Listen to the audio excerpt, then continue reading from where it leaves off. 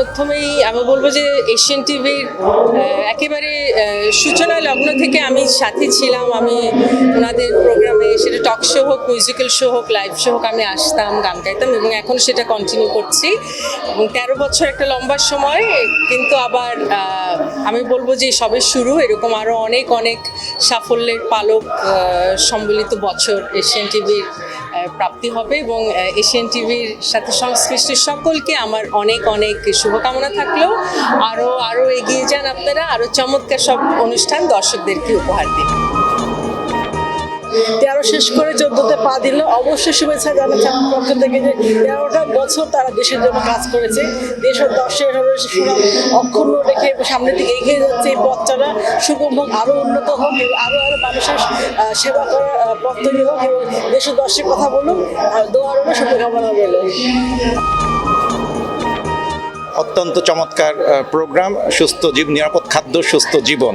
আমি আশা করি Asian TV ভবিষ্যতেও বাংলাদেশে খাদ্য নিরাপত্তা নিশ্চিতের জন্য বিভিন্ন ধরনের অ্যাওয়ারনেস প্রোগ্রাম তৈরি করবে।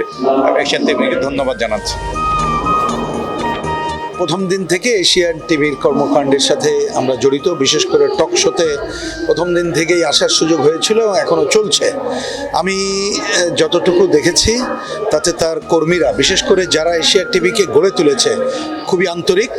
আমি প্রত্যাশা করব আগামী দিনে এশিয়া টেলিভিশন, এশিয়া টিভি তারা আমাদের সমাজ বাস্তবতার চিত্র তুলে ধরবে এবং আমাদের দেশকে, মুক্তিযুদ্ধকে ভিত্তি ধরে আমরা যে অগ্রসরতার দিকে যাচ্ছি সেই পথে তারা অনন্য ভূমিকা পালন করবে।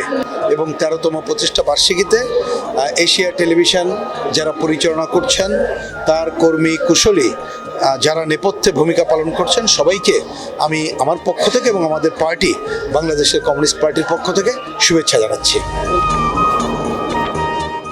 আমরা এই গণতান্ত্রিক উত্তরণে এবং গণতান্ত্রিক যাত্রা এশিয়ান টিভিকে আমরা আশা করছি বস্তুনিষ্ঠ সংবাদ, এবং এই গণতান্ত্রিক যাত্রা এশিয়ান টিভি দেশমাতৃকার উন্নয়ন এবং জয়যাত্রায় তারা বলিষ্ঠ ভূমিকা পালন করবে বলে আমি ব্যক্তিগতভাবে আশা করি।